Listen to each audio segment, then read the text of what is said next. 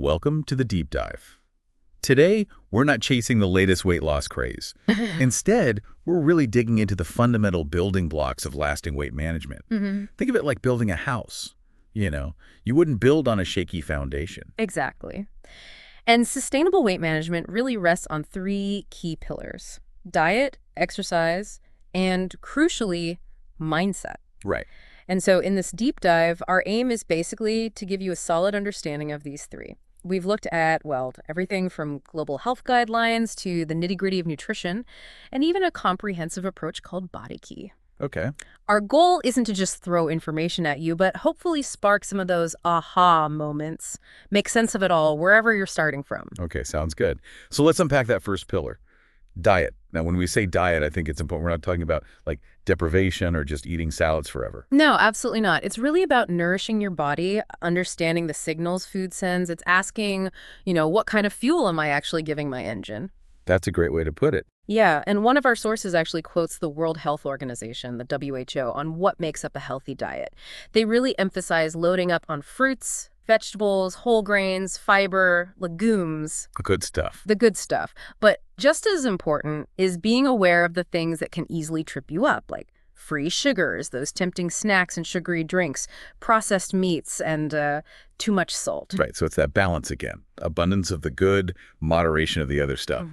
The WHO also talks about swapping those less healthy fats, saturated, and those industrially produced trans fats for the good ones, like unsaturated fats. Okay. And fundamentally, it's about making sure your body gets all the essential nutrients, the macros and the micros, while also getting the right amount of energy for your specific needs, your activity level, your physiology. And it's interesting how this affects more than just weight, isn't it? Oh, absolutely. The ripple effect is huge.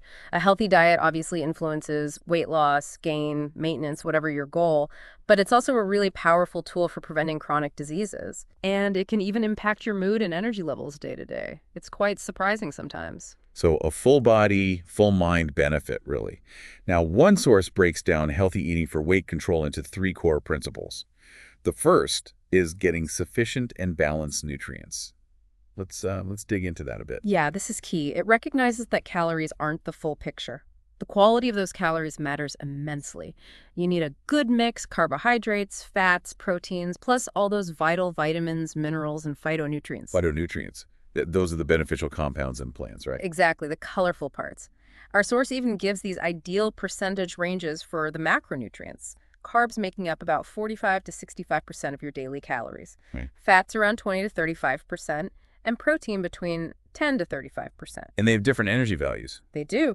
Carbs and protein give you about 4 calories per gram, while fat is more energy dense at 9 calories per gram. Good to keep in mind. Those percentages are a helpful target. And the source points to good sources, too. Yes, definitely. Things like whole grains for sustained energy from carbs, unsaturated fats from things like plant oils, olive oil, avocado oil, and then lean meats and legumes for great protein. And a really, really key point is watching that free sugar intake. Aiming for less than 10% of total calories, ideally even less, maybe closer to 5%. Wow, that hidden sugar can really add up. It absolutely can. So the second principle our source brings up is energy control. And they introduce this kind of interesting concept of eating units. Eating units. Okay, tell me more. It gets really practical here. It's basically a system designed to help you tailor your meals to your specific energy needs.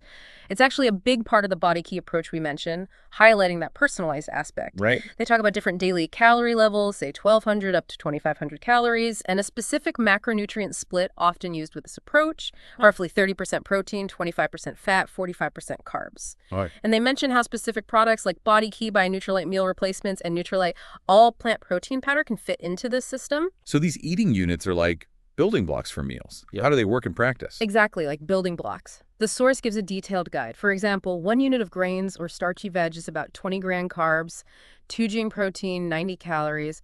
Think maybe have a small bowl of cooked rice. Okay, I can picture that. For fruit, 1 unit is around 10 gram carbs, 1 gram protein, 45 calories, maybe half a medium apple. Veggies, the non-starchy ones, are lighter. 1 unit is like 4 g carbs, 2 g protein, just 25 calories, a whole cucumber, for instance. Okay, yeah, you can start building meals that way. What about protein? Good question. Lean meat, 1 unit, gives you about 7 g in protein, 2.5 g fat, 50 calories, maybe 35 grams of lean beef, about the size of a deck of cards, perhaps. Right. Low-fat milk or unsweetened soy milk. 1 unit is 10-gram carbs, 7 g in protein, 70 calories for a 200-milliliter glass. Even nuts have a unit, about 20-gram carbs, 9-gram protein, 120 calories for, say, 38 grams of mung beans. Wow. And healthy fats, too. Olive oil, 1 unit is 5 g fat, 45 calories. That's about a teaspoon. That's incredibly specific. And you said supplements fit in too. Yeah, they do. Nutrilite all-plant protein powder, 1 unit is 8 g protein, 40 calories per scoop. And the Body Key by Nutrilite Shake itself is 1 unit, 18 g carbs, 17 g protein, 60 fat, 205 calories per packet. It shows how integrated the system aims to be. And just to make it even clearer, the source gives examples of food exchanges for, say, 1-grain unit. Yeah, exactly. It mentions things like 80 g cooked vermicelli, 60-gram cooked foam noodles, 55 g cooked white rice, all roughly that half-small bowl size, or about 30 g of bread, like 1 medium slice. Really helps you visualize it. That is helpful. And is there another visual guide mentioned? Yeah, besides the units, it also touches on the healthy eating plate concept. Simple visual. Fill half your plate with vegetables, a quarter with lean protein, and the last quarter with whole grains. Another easy way to aim for balance. Okay, we've covered the energy side, the macros. What about the other vital bits? Right, balanced nutrition is more than just that. Carbs, as we said, main energy source. Fats are essential too, not just for energy, but for absorbing certain vitamins A, D, E, K. The fat-soluble ones. Exactly. And protein, fundamental building blocks for tissues, supports your immune system. So the recommendations emphasize lean meats, poultry, fish, aiming for fish maybe 3 times a week, and legumes. And we can't forget fruits and veggies. Never. Vitamins, minerals, those amazing phytonutrients. They're vital for health, preventing disease, and really helpful for weight management because of their fiber content. Keeps you full. So how much should we aim for? The source recommends at least 400 grams of fruits and veggies daily, and crucially, variety. Eat the rainbow, different colors, often mean different beneficial compounds. Good tip. And what about things to limit, like salt? Yeah, that's important too. Keep salt intake reasonable, under 5 grams a day, which is about a teaspoon. Using iodized salt is also recommended. And how do you actually do that? Practical tips include limiting salt when you cook, not adding at the table, cutting back on salty processed snacks, and just checking labels for lower sodium options when you shop. Makes sense. Okay, one last thing on diet before we move on this hand principle for portions. Ah, yes, a great visual shortcut. Think of your fist. That's roughly a serving of carbs, like rice or pasta. Your palm, a serving of protein, like chicken or fish. Okay. Then aim for 2 palm-sized portions of vegetables. Another fist for fruit. And about the size of your thumb for healthy fats, like nuts or a bit of oil. Super practical. No scales needed. Exactly. A really handy way to gauge things day to day. Oh, so that's a really thorough look at the diet pillar. Yeah. Let's shift gears. Pillar 2, exercise. And again, like diet isn't just restriction. Exercise is, well, it's more than just burning calories, right? Absolutely. Exercise is fundamental for overall health, physical and mental well-being. And the real key here is finding activities you genuinely enjoy. That's what makes it stick. So our source defines physical activity pretty broadly, any movement using energy, but it breaks it down. Yes, into 2 types. Non-exercise activity and planned exercise. What's the difference there? Non-exercise activity is all the movement you do just living your day. Walking around, taking stairs, chores, fidgeting even. The WHO actually suggests aiming for about 6,000 to 10,000 steps a day as a good target for this. Okay, just general daily movement. Exactly. Planned exercise is the intentional, structured stuff you set aside time for, your workout. And what are the WHO recommendations for that planned exercise for adults? They suggest aiming for 150 to 300 minutes of moderate intensity exercise per week. Or, if you prefer higher intensity, 75 to 150 minutes of vigorous intensity exercise. Okay, different types. Yes. They highlight aerobic exercise, things that get your heart rate up for improving body composition and cardiovascular health, but also strength training for building muscle strength, endurance, and size. And stretching for flexibility. A balanced approach needs all 3. So well-rounded is key. Now, for designing a program, the source mentions an acronym, FITTE. That's right, FITTE. It stands for frequency, how often you exercise, intensity, how hard you work, type, the kind of activity, time, how long each session lasts, and E for enjoyment. Ah, the enjoyment factor again. Crucial. If you don't enjoy it, you won't stick with it long term. It has to be something you, well, maybe not always love, but at least don't dread. Makes total sense. So a typical workout has phases, right? Yes, usually 3. Warm-up, the main workout, and cool-down. The warm-up gets your body ready, warms muscles and joints, gets oxygen flowing, gradually increases heart rate, helps mentally too. Think joint rotations, dynamic stretches. Gently easing into it. And the main workout. That's where you focus on your goals. The source gives specifics for fat loss, muscle gain, flexibility. For fat loss, often cardio, maybe 5-7 days a week.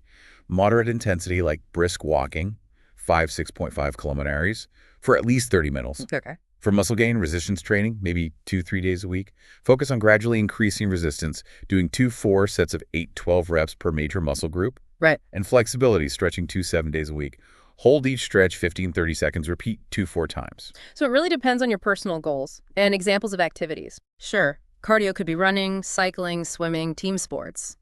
Resistance training involves weights, bands, or body weight exercises like push-ups, squats, flexibility, things like yoga, or just dedicated stretching routines. Got it. And after all that, the cool down, why is that important? Just as vital as the warm-up. It helps limit muscle soreness later and lets your heart rate and breathing gradually return to normal. Usually involves static stretches, holding a stretch, and maybe some light walking. The source even gives a sample schedule based on 1,200 calories. It does. It shows how you might mix aerobic cardio days with resistance training days throughout the week and maybe slot in some sports for fun. Just an example of how to balance it. And any final key tips on exercise from the source? Yeah, a few good ones. Always best to check with a doctor if you have health issues before starting something new. Gradually increase intensity and duration over time. Don't overdo it at first. Always follow the warm-up, main, cool-down structure.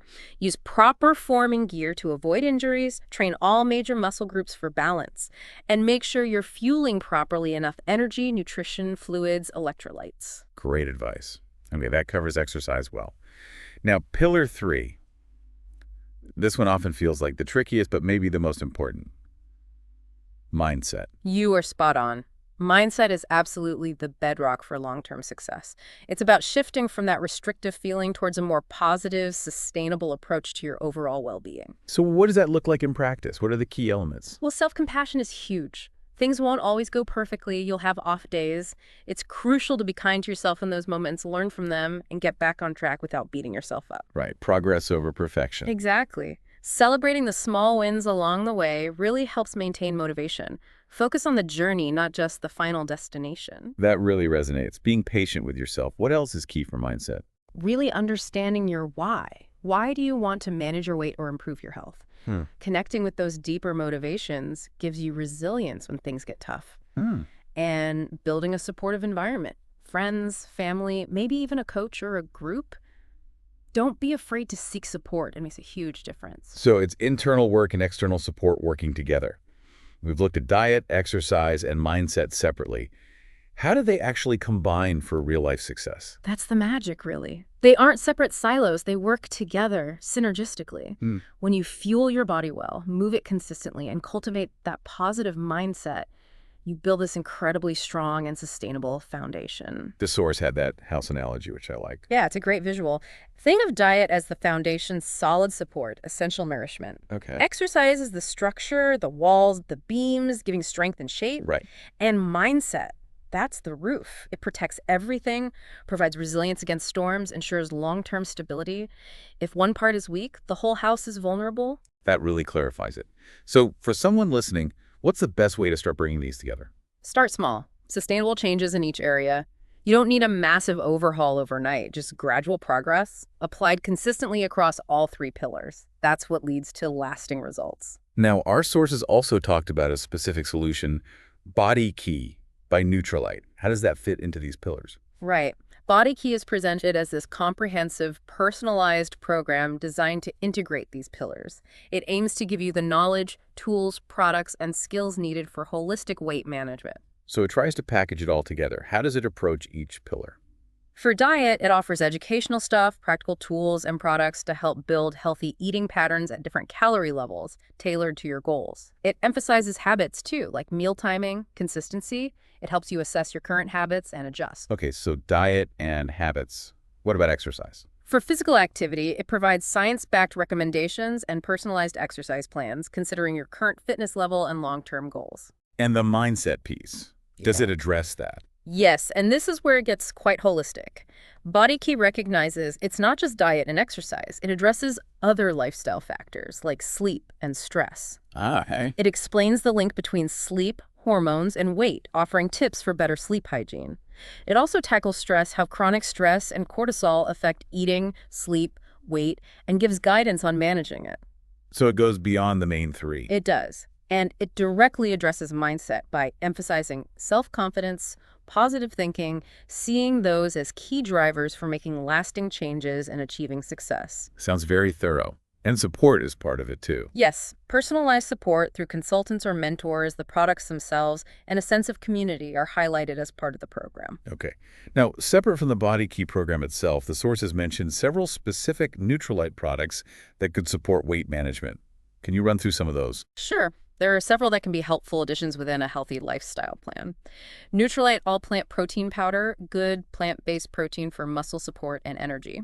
Nutrilite fiber powder helps with gut health, regularity, and can contribute to feeling full. Okay. The Body Key by Nutrilite Meal Replacement shake itself a convenient, balanced option for calorie control, providing protein, fiber, vitamins, minerals. Right, the meal replacement.